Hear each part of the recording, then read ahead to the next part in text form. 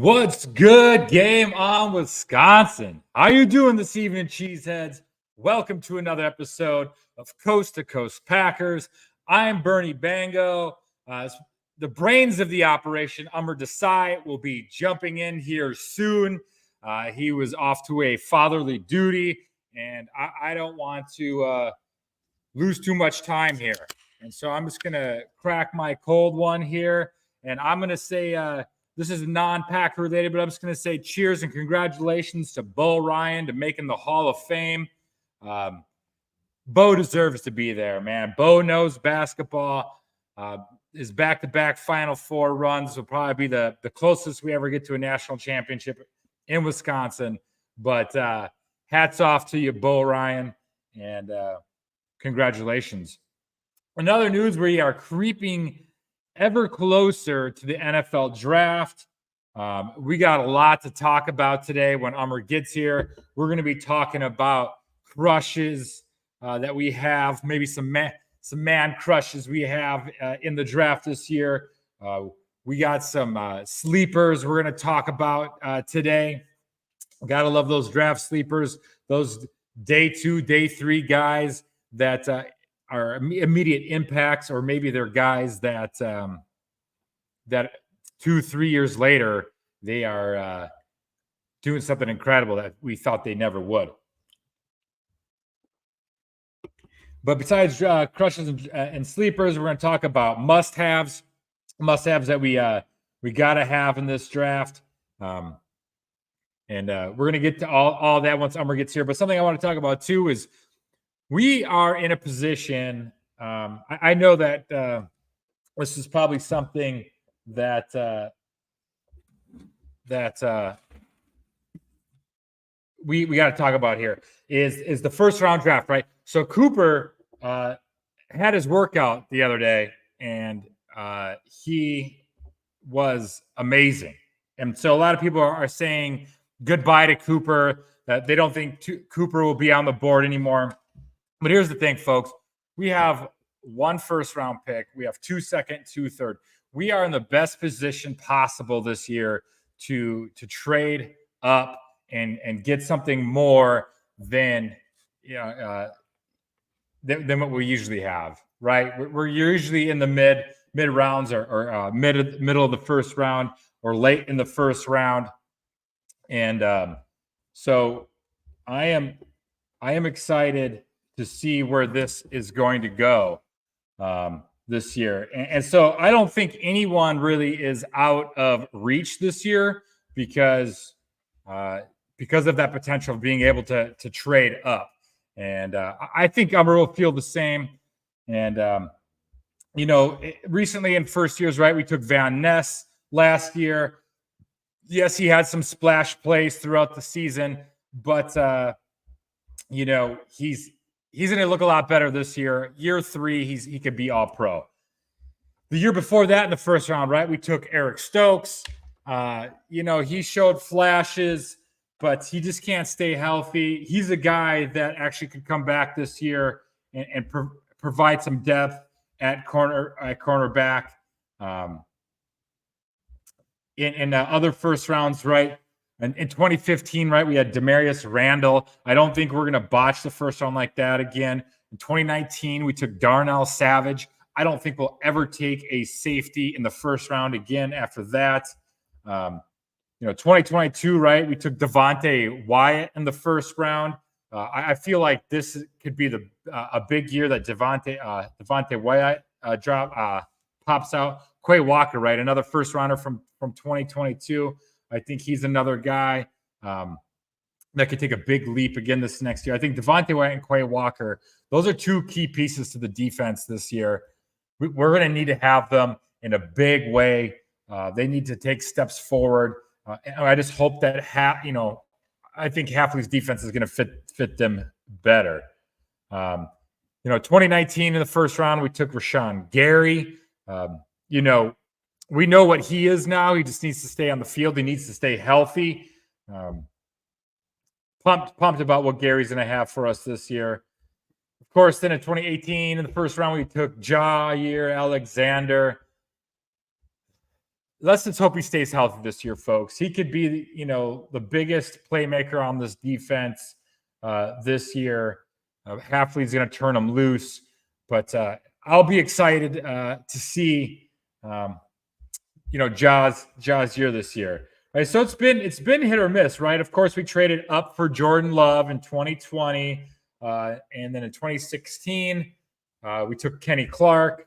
And he's, getting near the end of his days, I believe, as a Packer. We'll see. He's due for a deal, and excited to see where Kenny Clark, what his next season is going to be here in Hafley's defense as well. But Jordan Love, I think that was the last time we traded up, right, in the first round. All I got to say, if we trade up in the draft this year, it's got to be for Cooper. What's up, Homer? What's up, Hey, man? how's it going, man? Dude, I'm just sitting here babbling, man. I wanted to get live and get it going, and I was just kind of talking about. First of all, I threw out a big shout out to Bo Ryan making the Basketball Hall of Fame. Okay. I just got to use my platform to give some love to anything Wisconsin sometimes. But then I was just kind of reviewing, I think, the last 10 first round picks that we made. Because I'm already seeing after Cooper's workout, people, some Green Bay fans saying, "Well, say goodbye," and I say no, that's bullshit. Because if the Packers want him, they're gonna go get him. Yep. And like, this is the best draft, in my opinion, the best situation that we've been, where we can go get whoever we want due to those second, third round picks that we have. I mean, depending on how much we want to give up. But I don't think anyone's out of reach. No, I'm 100% with you on that. I think that if you go back and look the history of how like the Packers do their business, right? Like when they had extended Jair, they drafted Eric Stokes. When they every time they extend somebody, they always get a player in the draft roughly in the first or second round. And I think we just got McKinney. So I wouldn't be surprised if Cooper DeJean, or we decided to get Tyler Nubin in the second round, or Cam Kitchens in the second round. I definitely do see us trying to find a way to get the guy you want in free agency, or you extend one of your own guys. And if you think about it, it's like it's a 4-year deal. So that's until he's like 28. So if he keeps playing well, then they'll extend him to, very rare third contract. Or they have a young guy and the basically waiting in the wings, hoping for he can kind of pick up where the other guy left off. Like, it's kind of like when Kenny Clark got when Kenny Clark got his extension, it was roughly, I want to say at that time we'd picked up Devonta Wyatt. Is that right? No, Devonta Wyatt was 2 years ago, right? So no. Yeah, 2022. Yeah, so we got Clark. I think we expected Clark in 2020, 2021, actually, because he was a 2016 draft pick, right?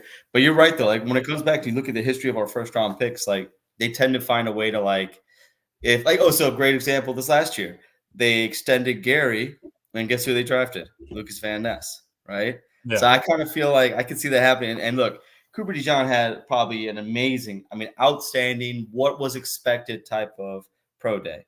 Like, I think the numbers that he had as a free safety or as a cornerback, or he's in the top 1%, right? And it is crazy to see. Like, I love the fact what AO said here was that where the guys that have come back to Green Bay on multiple visits or had multiple meetings with the Packers, they're really looking at a lot of these Alabama players. Jermaine Burton, wide receiver out of Alabama, Kool-Aid McKinstry, another cornerback out of Alabama. Yeah. Edgerrin Cooper was brought in again. Christian Boyd was just recently brought in. He had his pro day tape, which was not really good, but his Senior Bowl tape and his actual game tape it's like, he's one of those guys where it's like, may not work out great, but he's a good football player, like Vontae Burfict was like that. And I don't know, man, I'm excited. There's so many guys that I don't even do mock drafts anymore because I get so annoyed when I can't get the guys I want. It doesn't fall the way I want it to fall, right? And this guy I follow on Twitter, his name is Chad Forbes, right? And he's he be saying some crazy stuff sometimes, but he seems like he's connected. And he did mention that Packers were one of 3 teams about trading up to get the guy they want. And a person that the Packers do have a good relationship with is John Snyder. Mind you, the Seattle Seahawks just picked up the man waiting in the wings of Russ Ball, salary cap guy. Name was like Joey Wright or something like that. And picked him up to become their like salary guy in Department of Personnel over there. So maybe there's something worked out. We're like, hey man, we'll give you this dude. We could have blocked it, but we'll let you have him. And maybe you work with us on that 16th pick overall. We'll give you what you want to make that happen. And then Cooper is a top 15, top 20 pick, right? So the last thing I'll say is that Gutekunst said something that Ted Thompson said to him back when like B.J. Raji and Clay Matthews was drafted that year. And that was like in 2009, where he said, he goes, I don't care what it costs. I want the player. I'm paraphrasing, right? He goes, I don't care about that. I said, I need the player. I want the player. And that's what they had to do to get back into the first round to get Clay Matthews. They had to like give up their second and third round pick to get back in the first round. And so I think what you said is 100% right. If Goody's really in love with Cooper DeJean, he's going to do whatever he needs to do to get that guy. And where we're picking, there's a lot of teams that could use him, right? Yeah. And I don't know. I can see him moving up to get him, but I don't know. Sometimes there's so much like lion season and smoke season right now. So I'm just excited that, bro, it's like literally less than like almost like 20 days until the draft. Less than 20 days, right? The 27th, right? Yeah. So we're less than 20 days. We're 19 days away. I'm excited. Yeah. It's great, man.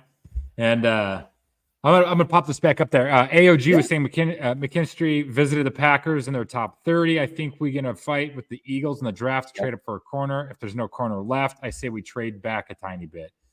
And that's something like I was feeling like we're gonna trade up and grab the guy we want. I'm putting my money on that, but I will not be shocked if we just sit there with that pick too. Yeah. And if our guy's not there, is to trade back and pick up more draft capital for the next year, or I see us trading up at some point in this draft, whether it's the first round or the second round. It's just a feeling I got. I agree with you, man. I agree with you. Yeah. Let's get into some of the things we really wanted to talk about today, and let's I guess start with crushes, man. It's Man Crush Monday, I guess. Man Crush Monday, I love that. Yeah, we need to definitely incorporate that into our our schedule. Man, who do we got draft crushes on right now, man? Who are we crushing on? Oh man. I guess we should just get it out of the way since we were talking about him. Cooper, man, right? Cooper's definitely up there. He's up there. Fast, athletic, versatile, high IQ. He's tough, no BS, right? Like, that's all I really got to say. He's a small town kid. He's a small town kid. All he cares about is football and sports. And he's like 6 foot, 203 pounds, and he dunks like it's nobody's business. I'm 6'3", and I can't dunk like that, bro. Even when I was in my heyday, I couldn't dunk like that. And he's just he just seems like a piece that would be so much fun to have with Jeff Hafley. Like, I'm giving Hafley too much credit, but I am really just looking forward to seeing what he's going to do with all these pieces. Jair, everybody that we have, right? Like, I can't wait. And back to something that you said that I completely agree with. Packers, like in the 2018 draft when they got Jair, right? They could have they moved back, acquired a first round pick, so the Saints could get Davenport, right? Then they moved back up with Seattle to get Jair, right? And they still had that first round pick for next year, which netted them Gary and Savage, right? But like, I could definitely see Gutekunst like playing around the board because I don't know. Doesn't it feel like this year's draft there just seems to be so much talent, and that I feel like because so many quarterbacks, wide receivers, and offensive tackles are going to go like in the first 20 picks, right? Or people might trade up to get a guy that Michael Penix might. I think every quarterback that we've seen that has like a has a name with them, I feel like they're all going to go in the first round. Like Michael Penix was getting hate second, third round. Honestly, I could see him going in the first round just because of his. He's older, but he's a more of a pro, right? But I'm with you, man. Like this draft, like I can't wait for us to try to do it live. I'm gonna be no good. I'm gonna take off Friday or something. I don't know. Actually, no, are we? No. I think I'm good. Isn't that? Yeah, I think I'm good. I was gonna say I thought I was going. I'm going to. I might be out that last week of April. We're going to on a Disney cruise. So dang. so we'll figure that out. But I'll be able to at least do majority of the draft, hopefully. So we should be good there. Yeah. So long as we get the Packers. You give me your. You give me your crush, bro, because I got a lot of. I got 3. So obviously I started with Cooper there. Okay. And I like, as I was going through this and I was looking at drafts, and I wanted to keep it realistic to guys that we could get. Mm-hmm. And guys that were landing once in a while, dreams that were landing to me in mock drafts, right? Because there's times that you're thinking of a guy you want in a mock draft, but he goes in the top 10. But it seems like every once in a while you get a guy in your mock draft, you're like, how the hell? This computer doesn't know what it's doing, But anyways, besides Cooper, my next guy, and it's probably because I saw him play there at Illinois, and I talked about him quite a bit last week, and that's Jerzon Newton. Yeah, I think the Packers might need more up at in the trenches. I'm all for winning the game in the trenches, right? Great upper body strength. He's got the ability to run the field like a defensive end. The way he moves and how he plays the gaps left or right with either hand makes me feel like he's like ambidextrous. He's got a great slide and slap move that beats guards quickly. He rushes with purpose and a plan. He plays with his hair on fire. Some guys that play with their hair on fire, though, like make a lot of big mistakes too, or they like make big whiffs. This guy seems like he knows what the hell he's doing. He doesn't lose sight of the goal when he's playing with his hair on fire. He's got outstanding instincts. His foot quickness, is if you got any slow plotting pass protectors in the middle of the line, he's going to get around them, through them. And because he can attack from all over the line, he creates mismatches then at the edge, or even if you put him on the edge, then you could blitz like a cornerback or a safety with him, because everyone's so worried about Jerzon, they're forgetting about the little guy flying around the corner or somebody running a stunt. But yeah, I just like he's a plug and play guy. He's a beast, dude. They show his, when we're doing this draft season, right? What do we always do? We always look at highlights. Like there's some guys that, Andy Herman and Ben Fenton, all these other guys, they go out of their way to really go down into the game tape. They go into every single game these guys have played in college, right? We're not doing all that. So we focus on the highlights. But I gotta admit, there's a highlight tape of him literally embarrassing Michigan's offensive line. And Michigan's offense was probably the most pro-style ready offense in the college last year. They were just that really hard-nosed kind of like offense, and he was absolutely embarrassing their right tackle, who I may or may not be coming out in the draft this year. And he embarrassed that whole offensive line. And it just, I think someone said, I think you may have said this, that like if he was at Ohio State, you would have heard he would have been on every highlight reel. He would have been like a top 5 pick because of what he can do. But the only knock on him is his size. Like, how the Packers think like we have a good understanding of like thresholds, right? Height, weight, things like that. Yeah. People are saying that his height might be a little bit of an issue, or his weight might be an issue. But you know what? The same people that make comments like that said the same thing about Aaron Donald. And people said that Mike Pettin didn't want Aaron Donald in Cleveland because he wasn't tall enough. Sometimes you got to take those thresholds and throw them out the water. If you got a player who just shows that he's a down by down, unstoppable force. And I'm with you. Newton would be awesome. Absolutely. Because Carl Brooks from Bowling Green, who we got last year, right? His measurables were kind of awkward and weird too, you know? And, 6'5", 303. I mean, and then played at a Division II, Division III school, Bowling Green. Like, come on, man. Like it wasn't like he was a 5th round pick, but you do the draft again, he probably gets picked in the 1st round. Like, that's how good he was last year, and he was playing limited snaps. Yeah, and so like I think we'll see. I like to play by my own rules when I'm picking my guys. You think, baby? I don't blame you. The talent's talent.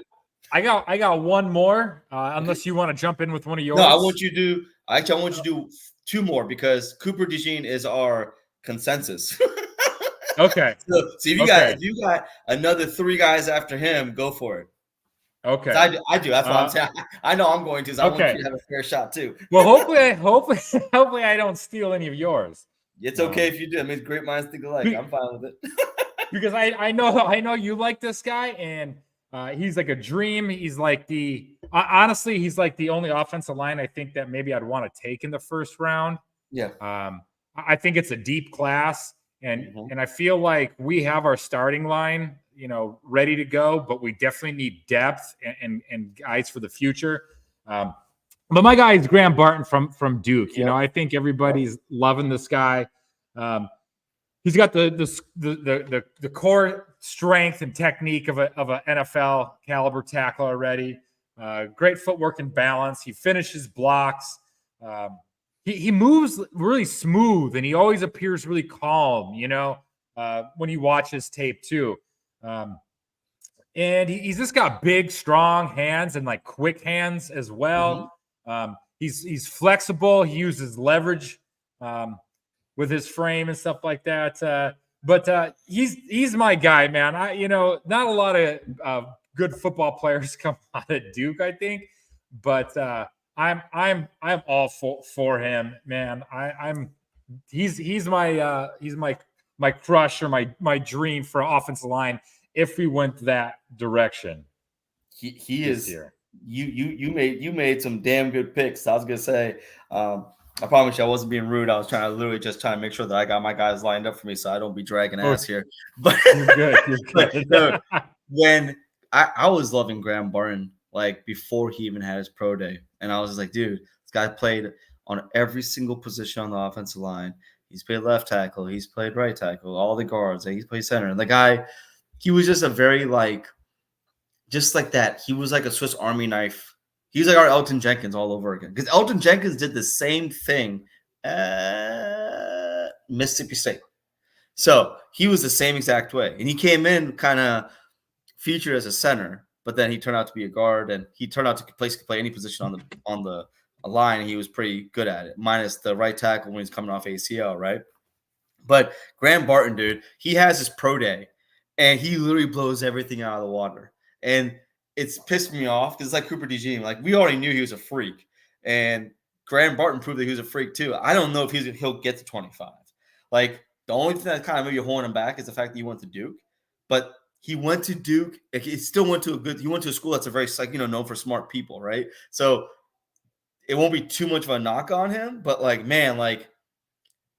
can see, Miami getting him. I can see a lot of these teams that need more help on the offense line to get it. Because for us, Graham's going to come in, and more than likely he'll be competing with Josh Myers for the center position, which, me, I'm all for. So Graham Barton's an awesome pick, man. I'm going to work around you. Don't worry. I'm going to work around you. Don't you? I got you. So far, you ain't mentioned any of my guys yet, so we're good. Okay. And my last crush that I have, and it's probably because see if I can there we go. So my last crush that I have, and it's probably because I love Maction and Mac football, right? Give me college football on a Tuesday or Wednesday night during football season, right? Yeah. I love that shit. Yeah. I don't think my wife likes it, but I love Maction, man. And so I love the players that come from there, right? Bowling Green is a MAC school, right? That's where Carl Brooks came from. So Quinion Mitchell, right? He's a cornerback out of Toledo. He also had a big performance in the Senior Bowl practices, right? I like those the notes and stuff that I read out of those Senior Bowl practices, right? So I feel like if you're gonna get a guy who's at the Senior Bowl and he's first round talent, you do it. Something was missed there. He was a late bloomer. He was a hidden gem and didn't get recruited, but here he is, man. He's a beast. He needs a ball. He could be a ball hawk. He could really turn into a ball hawk, and I think he would fit in the Hafley. But I mean, he's like a top 15 pick most likely. So once again, it would have to be a guy we're moving up for. And if we're going to move up into the top 15 to get a defensive back, I think I would go get Cooper. Mm-hmm. But Quinion Mitchell, I just like him, man. I like the MAC guys that work their way into the first round. So that's my other crush, man. I think I just like defensive backs because I just feel like we always need more of them. I couldn't agree with you more. Like, so Dane Brugler, he always puts out this thing called the Beast, right? And it's like his very much breakdown of all these athletic, freakish, gifted players that are going to be coming out in the draft. So I knew about Quinion Mitchell before he was at Senior Bowl, just based on like his accomplishments and accolades as a workout freak. Like he's like what 5'10", 5'11", he's like 190 pounds, but he's like squatting 560. He's benching over 25 times 225. He's running in the 4.2s back then. Okay, like doing this is right around like January is what we're talking about. So he has come out like just he's already a freak. And then he came in a Senior Bowl. He was one of the top corners there with Cam Wade, I believe his name, Cam Sean Wade, who's another guy that people really liked out of UCLA. But people couldn't stop talking about how this kid out of Toledo was just shutting guys down. I'm still scorned by Kadar Holman. I know he was a 5th-round pick. I know that he didn't really pan out for us, but the Toledo corners, man, he had me hype, and then he did nothing happened with it. But if there's a guy you trade up for, like I agree with what you're saying though, because like pedigree wise, you go for the kid from Iowa because Iowa just breeds. They just breed defensive players and tight ends. Yeah, tight ends, defense, boom, boom, right? And Big Ten is playing a different breed of football than the MAC is too. I mean, they are. But a football player is a football player, right? I mean, end of the day, there's guys that come out of everything. They don't always have to come out of the SEC and shit like that. They come out from everywhere. The Packers are very much like if you notice where they draft to, they don't really mess with Big 12 guys. They do look a little bit Big 10, but they do draft a lot of their high pedigree players from the SEC normally. And I think that's because Gutekunst used to be the SEC scouts. I think kind of like a little bit of homerism on his part, right? But Quinion Mitchell, man, like him and Cooper DeJean are dreams for me. Like those are dreams that I think like I'm like the Michael Scott, sleeping on the bed, let me dream. Like no joke, those two guys are especially now what came out with Cooper. Cooper literally had almost a very similar workout to Quinion did, right? Yeah. And they're both size speed freaks and who've proven that they can play ball. So yeah, I love them, man. You got some crushes, man. I can't even hate on you, man. Like no way. All right, so we'll see. Yeah, let's hear your crush. All right, so my first crush, and I'm gonna kill this man's name, so I had to look it up just to make sure that I am saying it correctly. And he's not gonna be a first-round pick. I don't believe he will be a first-round pick, but Edufon Olafushio. He is a linebacker out of Washington. He is an absolute freak. This guy his tape has shown where he's like a 3-down back. He can cover, he can blitz, he can play in the flat. He has the athletic ability to be able to. He can run sideline to sideline because he runs a 4.56 40. He has almost a 40-inch vertical at 39.5. His broad jump is over 10 feet. He's almost at 11 feet with a broad jump, which a lot of the things I'm saying right now just shows explosion, right? He's not small. Yeah. He's 6'1", 236, running a 4.5 is pretty good. He's no Quay Walker, but he's still a beast. And he comes from a Washington school where, Washington again, like they're not like, what is that? That's not MAC. That's like, what the hell is that? I'm Pac-12. Sorry. Pac-12. Thank you. So it doesn't really exist. It doesn't, football, Pac-12 is falling apart. So I don't. It is. Yeah, it really is. But he's the dude that I feel like if we can get him between his rounds. I mean, I don't honestly draft industrial complex kind of screws everybody up because when you draft a guy and if you think like, oh, he's too soon, then you're like, oh man, we overdrafted, right? And then you come to find out that it doesn't matter as long as you get good players that can play well. It doesn't matter when the hell you draft them, right? So I love him a lot. I just think that he's a guy that's kind of like known but not known. Like he's not like he's not like Edgerrin Cooper. He's not like Cedric Gray or Tevin Wallace. All of these like size speed freaks who are looking to go in the first 3 rounds. This guy's going to be a little bit later round pick, who I think will be better than all of them when it's all said and done. Maybe not better than Edgerrin Cooper, but I think he'll be up there for sure. That's my guy. My first guy. Right on. All right. All right. I like that. And then, is there any reason why he's fallen to later in the draft? I just don't think I don't think he's like a known name. I mean, that's what it kind of comes Yeah. down to.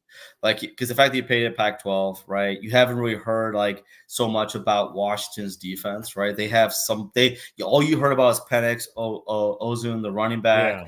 Yeah. You just really heard, and then the Jalen Polk too, and then those are kind of guys you hear about. You hear about their offense, right? Yeah. Defense really didn't get that much play. It's a lot of the Pac-12. Yeah. Yeah, they're not known for their defense, but this kid can actually really plays football, right? And I know we had some bad luck. I know last time we got a Washington Huskies, it was Kevin King, who just got picked up by Atlanta, which I'm happy for him, and I hope he does well. But yeah, I just think that like he's just not being he's a name that I think amongst maybe GMs and like certain draft nicks, he's well known. Like if Brennan Rupp and like Ben Fennell and those guys, they do put up a lot of his highlights saying like, hey, this is the kind of guy that we need to be looking out for. He's an under the radar kind of dude, right? So I'm really looking forward to see what he like. Basically, like if we can somehow snag him, he's the kind of guy that I feel like my draft day movie where like I'm open up my like post-it note, Cooper DeJean's on there, and then this guy's on there. Like like one of these guys, both these guys, no matter what, right?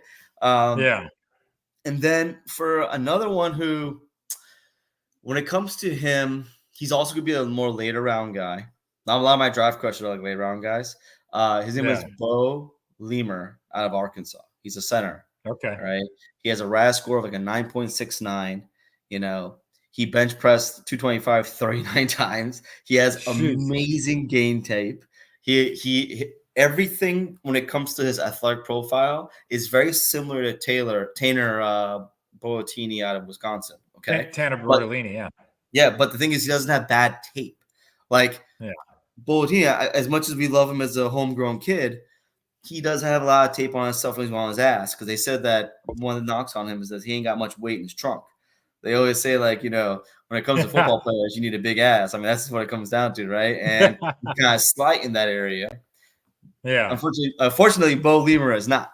And he's used to playing down in the dirt with them Arkansas Hogs, So he's a guy that you can get in the 4th, 5th round. He, to me, reminds me a little bit of Corey Linsley. Kind of guy you draft later. He just takes a center job and just runs away with it. And if not, he can play all 3 interior positions. Like his 40 time is like whatever. I don't give a fuck about 40 time when it comes to like offensive lineman, right? But what I do notice about him is the fact that his 10-yard split was at 1.75, which is in the top 90 percentile for his position, right? His 3-cone, his shuttle times, everything is in the 80th percentile. So you can tell he's a very physically gifted athlete, but he has the game tape to back it too. But the fact that he played at Arkansas. He didn't play. He's not like J.C. Latham playing at Alabama. He's not like Graham Barton, who's shown that he can play every single position. He's been at Duke and this and that. Like, he's known, but he's not known, right? So he's the kind of guy you can get later, and then you can he's like a steal of the draft to me. And of course, my third guy, and we both love this dude very much, is Jalen Wright, running back. I cannot just stop, man. Oh man, like we had a chance to get Alvin Kamara that year. We didn't. We got Aaron Jones, so I'm not complaining. Okay. Yeah. I'm like, hey, this is our chance to make up for that. Get Jalen Wright, and all will be right in the world. I mean, he ran like a 4.41, 4.39, I think, at the combine. And dude, like he just reminds me so much of Aaron Jones, but like a bigger Aaron Jones, right? It's between him and the kid out of Florida State, Trey Benson. Trey Benson's another freaking beast, man. These guys are like guys that I feel like we could really kind of like you grab them. And the thing is, because we have Josh Jacobs, we have AJ Dillon, right? We have Emmanuel Wilson. Whoever we draft is not going to be required to come in and get like 10, 15 carries a game. You can slowly bring them up, but he is that dude. I mean, he played in the SEC. He has played against top tier competition, and he's excelled against top tier competition. Like when it comes to my other 2 guys, they didn't play in top tier competition, but they're just good football players, right? This guy, he has done that. Now, people don't draft running backs like in the first 3 rounds normally, right? They normally second through, 2 through 7, right? But if we use one of our second round picks on this guy, I'm not complaining.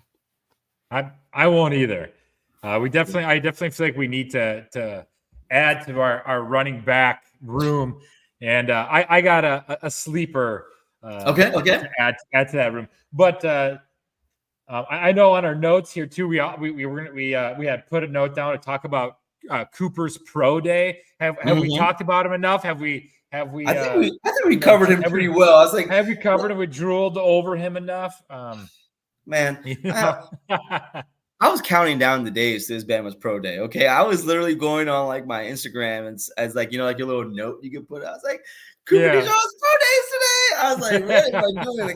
I was like, I had an exam for my certifications for work, and I'm like, man, I hope it's not during Cooper's pro day. I was hoping the NFL Network would have it live or something. Of course they didn't.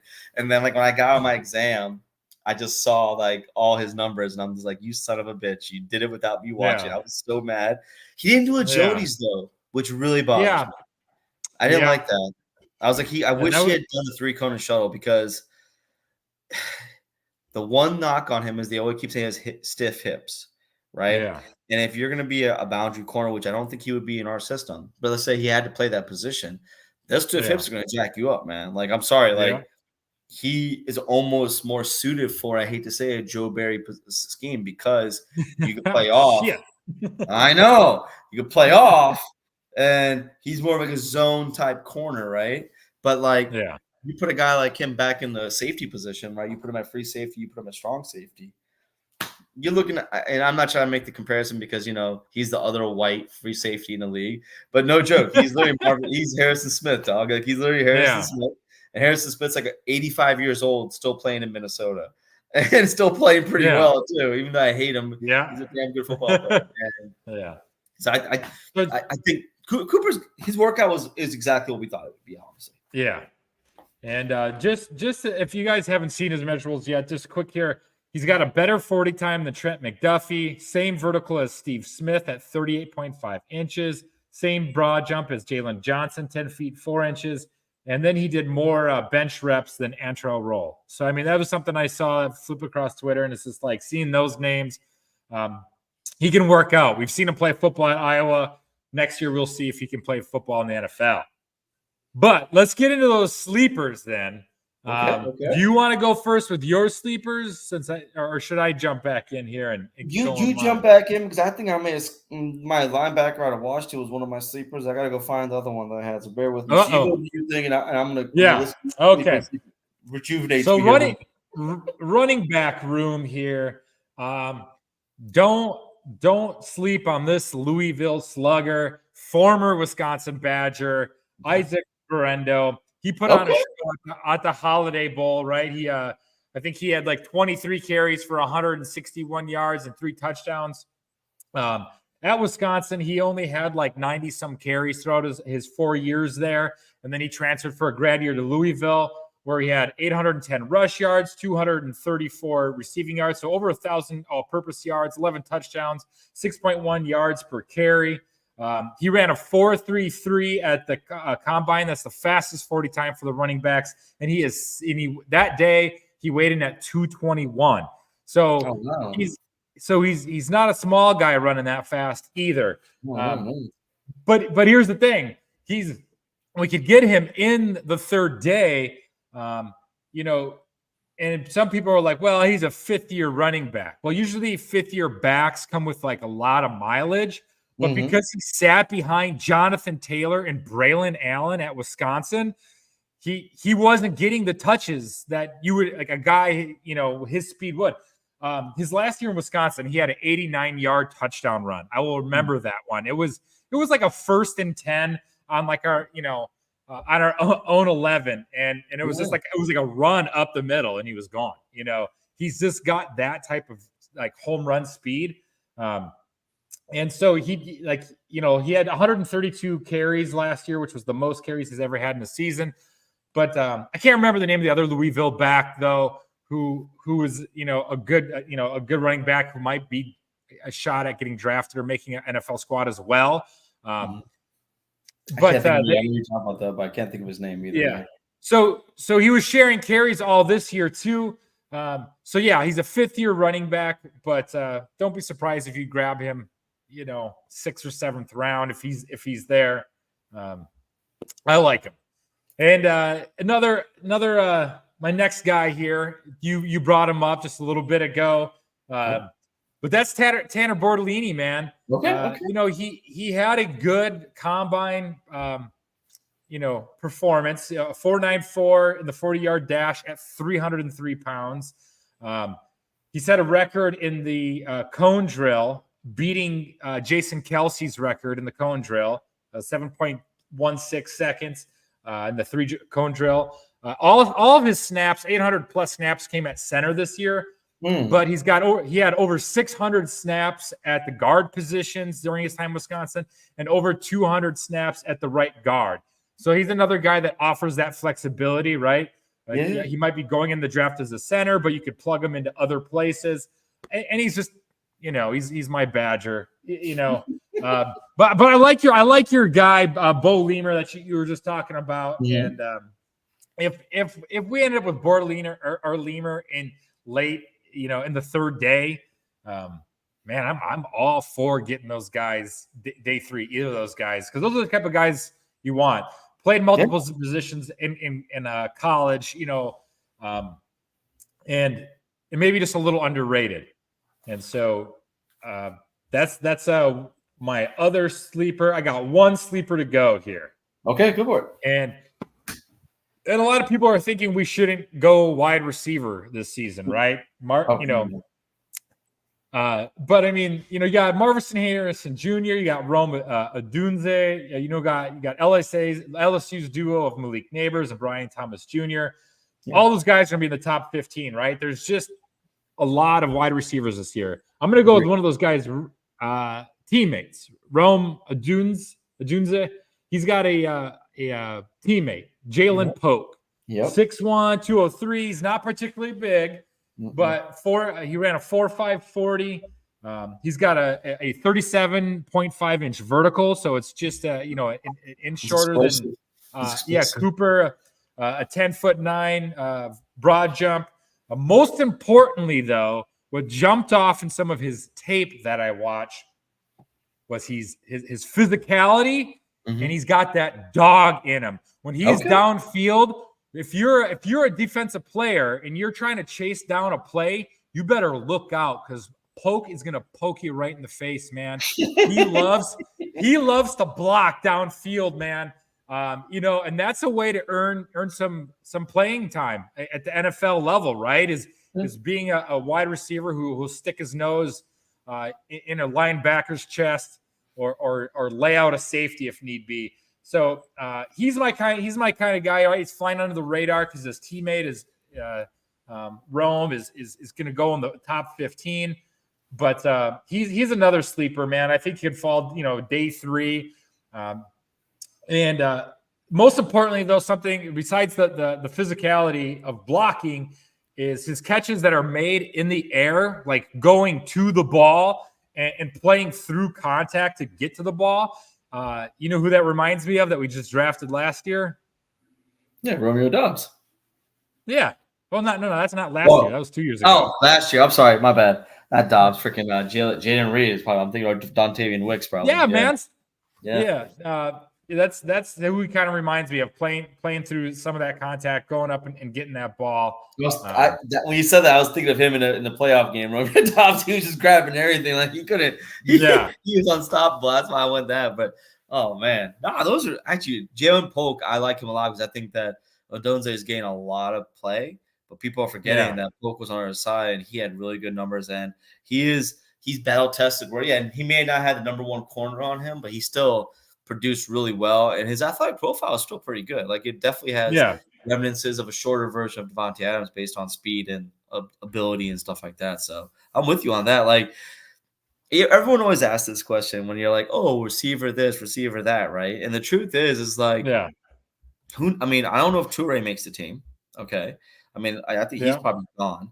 And the truth is like, it's going to be a battle of attrition based on performance. Like, any day, at the end of the day, those that are performing are going to stay, and those that aren't, they're going to be gone. They're going to be traded. They're going to be cut, wherever the case may be. So Do I want to see, Watson and Dobbs make that third-year leap? 100% I do, and I think they will. Do I think Reed and Wicks are going to not really have a sophomore slump? I believe it. Same thing with Malik, with my boy Malik too. I think the same thing. Yeah. Now, after that, Bo Melton's been in the league for a little bit now. So yeah, if anyone's going to really have an opportunity to hit the ground running, it's going to be him. But the truth is like when you bring in another receiver, a rookie receiver, yeah, they do get a little favoritism. But the truth is like it's just going to make these other guys better. It's going to make them that much hungry. It's going to light a fire in their eyes, just like when drafting Jordan Love, the fire that got lit on Aaron Rodgers' ass. Same shit, right? And I'm with you, man. Like I mean, they are bringing in receivers to look at. Jermaine Burton is not going to be a top pick. He's probably going to be a 4 through 6 round pick, but he's a really good football player. He actually played really well at Alabama. He has good numbers, and he definitely has the kind of like that. He meets all the thresholds when it comes to what Packers look for when it comes to wide receiver. So I'm with you, man. I can see it happening. Those are all good sleepers. Holy shit! Those are my three. This shit. So let me see if I can take a shot at this. My number one sleeper is Oregon's Brandon Dorless. He is a nose tackle, defensive tackle. He was an absolute standout the Senior Bowl. He just was embarrassing. I mean, absolutely embarrassing guys like Christian Mahogany, and all these other guys that are out there. He was just dusting them all up. He was just a one-man wrecking crew. And people are saying that like his Senior Bowl really kind of elevated his game because again, he came from Oregon. Oregon isn't really known for their defense, right? But him, he just really oozes that kind of player that the Packers would get in around 4, and he'll have like that Carl Brooks kind of like emergence where like you don't really know much about him, but then when he gets in the scene, he gets next to Kenny Clark and Devontae Wyatt, you just see him just take the hell off, right? And he's a big dude. He's played snaps over like 1,700 snaps. He's just a really good football player that doesn't really have much quit. And I think that what you were saying previously about Polk, who he was a dog, right? This guy's the same exact way. He's built the same way. So that's my first sleeper. My second sleeper is going to be, I don't know if he's a sleeper much, but I definitely think that he's not a corner that's talked about a lot, but his tape is amazing. And it's Ronaldo Green out of Florida State. He is a corner that can play in the nickel or he can play on the boundary. He has game tape where he has really shut down. He has played against some top tier receivers, but I am drawing a freaking blank right now. And I think it's because I haven't eaten dinner yet, so hangriness is kicking in.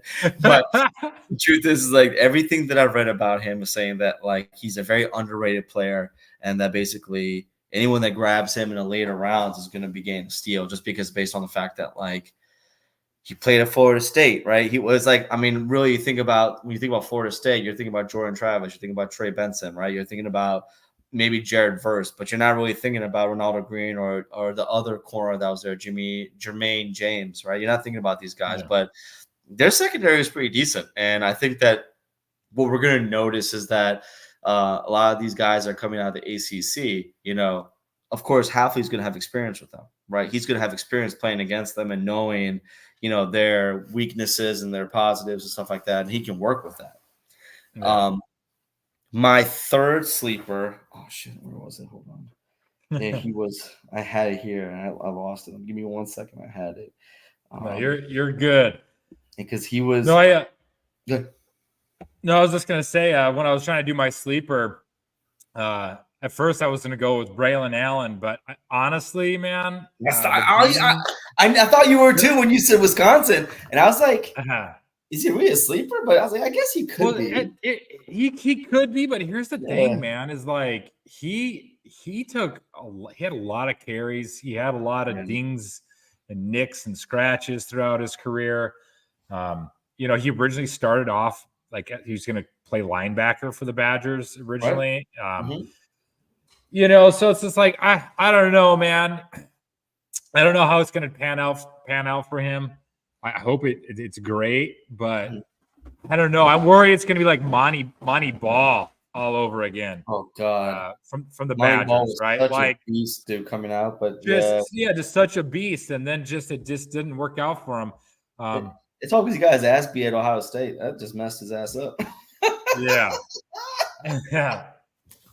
Yeah. So yeah, no, so when I went with my sleepers, I decided to go with Garendo because I was thinking he was gonna be, the number 2 to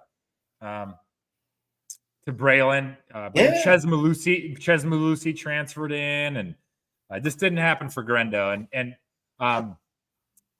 who's I think Garendo could end up having like a career similar to. Do you remember? I think he's still on the Texans roster. Dare Ogunbowale. Yep. He's like their 3rd string running back, but he Mhm. he catches passes. He plays special teams. I think he even kicked an extra point He did. last year. I think when they're Yes, he yeah. did. So Yeah. like Dare, it was the same thing, man. Like Yeah. at Wisconsin, he just didn't get the touches. He was behind just a beast load of running backs, and I think Garendo is gonna have that same thing. He's gonna end up on a team. He's gonna be in the NFL for numerous years. I love that about him. The fact that he doesn't have much tread on his tires. I feel like that's like what you want in the NFL. Like everyone loves Blake Corum coming out of Michigan, but the number of carries that he's had, I mean, he's a football player, so he's gonna have a shit ton of carries. That's expected. I get that. Same thing with Braylon Allen. They have a shit ton of carries. Like if you're a good running back, you're gonna get it. That's the logic, right? But if you're a good running back, but you got a guy that's ahead of you that's better than you, like that's kind of what happened to Alvin Kamara when he was at Alabama. He wasn't going to get a chance to even touch the starting lineup because of all the running backs that are ahead of him, right? Bo Scarborough, Mark Ingram, Derrick Henry. So he went to Tennessee, and then he had an opportunity to start. Then even then, he was still splitting carries. So a guy like Isaac Garando, I love him a lot. His athletic profile is disgusting, and the fact that he is as big as he is and he can run as fast as he does. A guy like I really do feel like a person like Matt LaFleur could really find a way to get him in space and just let him take home runs. Like 100%. Those are kind of guys you don't have to draft early, but you can draft them around 4 through 6, and they could be a key contributor on so many different things. That's another thing we didn't even talk about Cooper DeJean about. Like we kept talking about his defensive versatility, but the fact that he's also one of the nation's top punt returners. Yeah, and like you don't have to have Keyshawn back there anymore. You can just have him focus on this ridiculous like kickoff shit that we're going to be doing. And you can have XFL, baby. Woo! You really want your first round pick back there? Probably not. But you know what? If he's good at what he does, then you do what you got to do, right? But I'm with you on that. Like, I think I nailed my sleepers. My last sleeper was that linebacker out of Washington. Even though he's a draft crush, he's also a sleeper because he isn't really known of, right? But definitely those guys. And then I don't know how much Christian Mahogany is, but he's also one of those guys that's he's not known, but he's not a sleeper either. He's like in between. But he's also he was just really he got owned by a couple guys there at the Senior Bowl. But all in all, he put on a real good tape for people to be like, hey, this guy might not be that bad, right? And he's also come from Boston College. He spoke really highly of Jeff Hafley. And I really do feel like there's some guys that are going to be coming out in this draft that Hafley's going to have an inside track on, like Elijah Mitchell, the quarterback coming out of Boston College, who had a really good athletic profile, and he knows Hafley's system. Christian Mahogany is another guy. Last guy, I don't think he's a sleeper, but I think you might know who I'm talking about. Michael Hall out of Ohio State. Yeah. He is sick. This guy, his athletic profile, I mean, he's on a slider size like 295, but he's like 6 foot, and he just freaking demolishes people. He just destroys them. And he was at the Senior Bowl. He was freaking killing people, dude. Like, what scares me this year is that we'll draft a defensive lineman and we won't extend Kenny Clark. And then we're going to try to find a replacement for him. And it terrifies me because I don't think there's a talent in the draft that's as good as Kenny Clark. And I feel like he's just been underutilized, not properly for the last 3 years because of Joe Barry's bitch ass.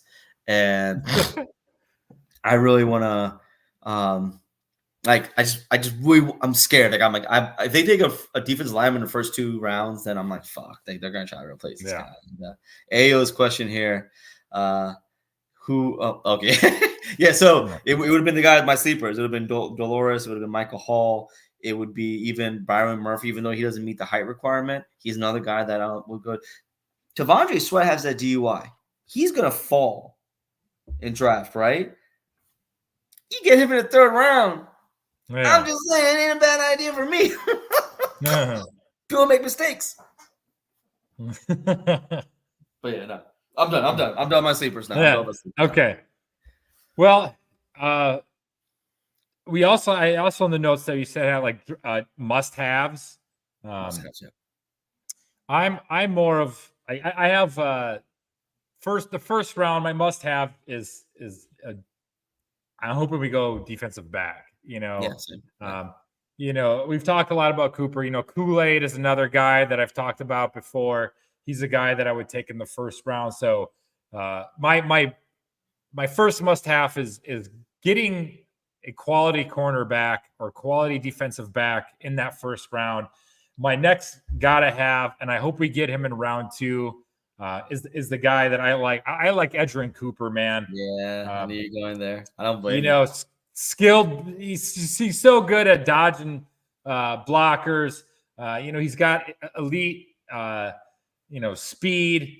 He walks down his tackle targets. He brings the thunder, man. He just lays dudes out. He's a good blitzer. I just, he plays, another guy plays on it, his hair on fire, trusts his instincts and goes for it. But those are kind of the only two gotta haves that I have. First round is just go get me a plug and play cornerback, defensive back. And the round 2, man, I'm hoping with one of those 2 picks that we have in that second round is we get Edgerrin Cooper. I think he could be there in the second round. If not, he's the guy I wouldn't mind moving up, right? Some people think the linebacking class is not as deep this year, but you kind of said it, right? It's just like if there's a guy that's going to fit your need, and there's no one else on the board right now on your big board that's above that guy, shit, man, just go get him. And so those are my just a position for first round. Second round, bring me Edgerrin Cooper. Hopefully he just falls to us in the second round, but it's going to be wild, man. I think this is going to be a wild draft. But that's all I got for I guess what my draft must-haves are. What about yours? So it's funny, like I always keep seeing people like some mock drafts say, oh, they need to get a tackle to replace Dave Bakhtiari and blah, blah, blah, and this and that, right? And I think Sheed Walker's good. I think he's a good player, but he's not a finished product yet. And I think he can be a decent left tackle. There are some guys that are coming out this year that I really do like, like the Jordan, my man out of Arizona, Jordan Morgan. Of course, you got the kid out of BYU, Kieran. I can't even say his last name, but you know what I'm talking about. Like they have a lot of guys. Thank you. Yes, and there's a lot of guys that are coming out. Well, he's a Yale guy. He's a Yale guy. Yale guy. Yes, Yale guy. Yeah. There's another guy that's coming out of BYU who's pretty good too. I think though. Yeah, there's a BYU guy as well. He's got a tough name too. I think he's an Islander as well. My whiteness struggles with some of those names, man. All right, man. I'm exactly this again. I can't say it either. So we both in the same boat. Yeah. Right? So we don't mean no disrespect. So you know what I'm saying? But I'm with you, man. I definitely think in the first round we need to find a way. 2 things: either A, get something in the secondary, right, or build the trenches. Like I think like your number one investment is your quarterback, and if you find ways to protect him, then do it. Right. I definitely have high hopes for Luke Tenuta, Caleb Jones, Rasheed Walker. I mean, both Tenuta and Caleb Jones have been in the system now for 2 years, 3 years, 2.5, almost 2 years, 3 years now. It's time for them to put up or shut up. Like we need to see what these guys can do, because if either one of these dudes can be an answer, left or right tackle, let's run with it. You know what I'm saying? Like, Caleb Jones, an undrafted free agent, and Tenuta was a 6th-round pick. But both these guys, like, they have the physical ability, they have the physical attributes to be good tackles on the outside. The question is, can they actually play the position? But if you can build up the interior line, because we did lose John Runyon, Sean Ryan needs competition. Josh Myers needs competition. Elton is Elton. He doesn't need any competition. But I'm with you. Between the first 3 picks, my must drafts in the first 3 picks is cornerback, offensive line, defensive line. And if we can somehow sneak it in there, like when I say cornerback, I mean defensive back. So I'm saying like, cornerback, safety, whatever we do, right? I like Isaiah McDuffie. I think Isaiah McDuffie is going to run really well in the system because he knows the system already. But I'm with you on the Cooper, man. Like Edgerrin Cooper, to me, the tape I've seen, the highlights I've seen about him, you're right. Like he's the dude that he has the size to take on blockers, but he doesn't need to. He's so freaking fast, right? Or he can just run right by him. And then the other kid out of North Carolina, Cedric Gray, is another one I like a lot too. I'm not high on. I like Peyton Wilson. I like the thought of Peyton Wilson. I like the idea of Peyton Wilson. I don't like, unfortunately, all the injuries that come with Peyton Wilson. He's just like, bro, he's like an inch taller than me, and he has he probably got 30. He got like 25 pounds on me, so that's true too. But he's so slight, like for a middle linebacker, 6'4", 235. He's really long and lanky. Like I'm like, dude, bro, like, how are you gonna be able to take on like the Mike linebacker? Need to take on everything. Like as much as we keep saying Quay should be the will, he has the physical. Like he's like 6'4", almost 250 pounds, like 240, 245. Like that's a middle linebacker. You know what I'm saying? Like, yeah. So I'm with you. I think our first 3 rounds, we just need to find a way to like just. Well, I like the way Gutekunst developed the roster. He doesn't have like needs. He just almost like has like I would really like, like these players can help supplement my team instead of like going and be like, okay, I need to get a corner. Like that's what we did with Kevin King that year. Like, because we were so burned out by Ladarius Gunter getting ate the hell up by Julio Jones. We drafted Kevin King. We drafted Josh Jones to help supplement that deep secondary. Like, we don't really need that now, but it's like, if you can get a good player, why the hell not? Like, I'm with you, bro. Like, you get Edgerrin Cooper with one of those second round picks. I'm not complaining, bro. Like, I'm happy. I'm a happy camper. Yeah. Like, I hate to say this year's draft, like, as long as we don't do something really fucking stupid, I'm going to be happy with almost anybody we get, man, honestly, because there's so many good players. Like, let's say we don't get Cooper. Let's say we don't get Newman. There's still Javon Bullard. There's still freaking Cam Kitchens. There's so many guys out there. There's just so much, man. I can't even do mock drafts anymore. I can't do them. I get mad. I just get mad when I don't get my guys, and I want every single guy. It's terrible. I'm like you, bro. Let's keep trading back. Let's get all the picks we can get, and just get every single player. I don't care. Shit. I love it, man. I love it. But I want to respect everyone's time here on this evening, and I actually got to get to another studio. And oh shit, my bad. You're right. We're great. No, man, you're good. You're good. Robin dropped my line. Apologize to everybody. He's putting his kiddo to bed, and I'm going to be jumping in, and we're not going to do a live audience, so we're just going to do in studio and record. We'll be talking Brewers baseball. It's going to be called the Brew Fathers. Oh shit! All right, hey everybody, if you guys are into Brewers, man, check this guy out, dude. This guy's Mr. Wisconsin, bro. He loves all Wisconsin stuff, and follow him on Twitter. And if you could definitely see a link to the next show he's going to be on. You guys will get a lot of information. Yeah. And Ayo saying, when's the next time y'all go live? Y'all are dope, by the way. Thanks, Ayo. Appreciate that, man. Yeah. We'll be going live next week. We usually try to be live by, what is it? 6:45 Central, 7:45 Eastern. 6:45 Central is usually when we try to go live. Today we were a little late. That happens sometimes. As my fault. We're dads and we have careers. Yeah, that's just gonna happen, man. Yeah, so we aim for that between Monday. Between that 6:45, 7:45 Eastern Central Time to about 7, 8 o'clock, whatever. Basically within that 15-minute time parameter, we try to get in and try to get going. So we try to be more consistent with it. We had spring break, all this shit, but hopefully we're gonna be trying to do a show every week. And then if one of us can't make it, the other guy will just go solo. That way we keep it going, and that we can still get. Because there's so much stuff that goes on week to week. There's so much stuff we can talk about that we can find to give you guys input on. Absolutely. All right. Any last words, man? We covered a lot. We got Man Crush Monday in. We got what? Dreamers and sleepers today. We got some must-haves. We did enough drooling over Cooper. We'll see where he ends up. But I love it, man. And but all I got to say, man, my last words, like you, Amr, I am so stoked for this draft. It feels good not to have like, if we don't get this piece, we're screwed. Yeah. I don't have that feeling going into this draft. So it feels nice to be feeling kind of cool, calm. I'm feeling cool, calm, and collected as the draft approaches. So those are my last words, man. Oh man, I appreciate that. I was gonna say when it comes down to these draft crushes, every time I have a draft crush, we never get them. Like Patrick Queen, Jackson Smith, and Jigba. Every single damn time, every damn time. But this time, I think we have a shot at Cooper. I really do. But if it's Cooper or Brand, I'm with my boy Ayo here, man. If it's Cooper or Barton, I'm hyped. I am hyped, dude. I am ready to run, dog. Someone had mentioned too, Jackson Smith, Jackson Powers. I like him too, man. Getting a little bit later, he might be nice too.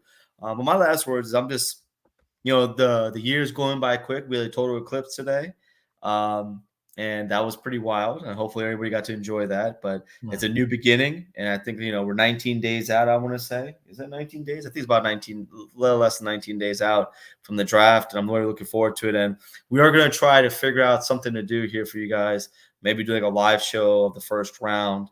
And then maybe try to figure out, maybe do a live show for the second. Try to see if we can be there to give you guys input of all the picks that are happening across the NFL. That way we're not just focused on Packer stuff. We can talk about everything related to the draft and give our input about what's a good pick, bad pick, whatever. I feel like this year's draft is going to be kind of crazy, and I can't wait. I'm looking forward to it. Yeah. All right, y'all. This has been another episode of Coast to Coast Packers here on Game On Wisconsin. I'm Bernie Bango.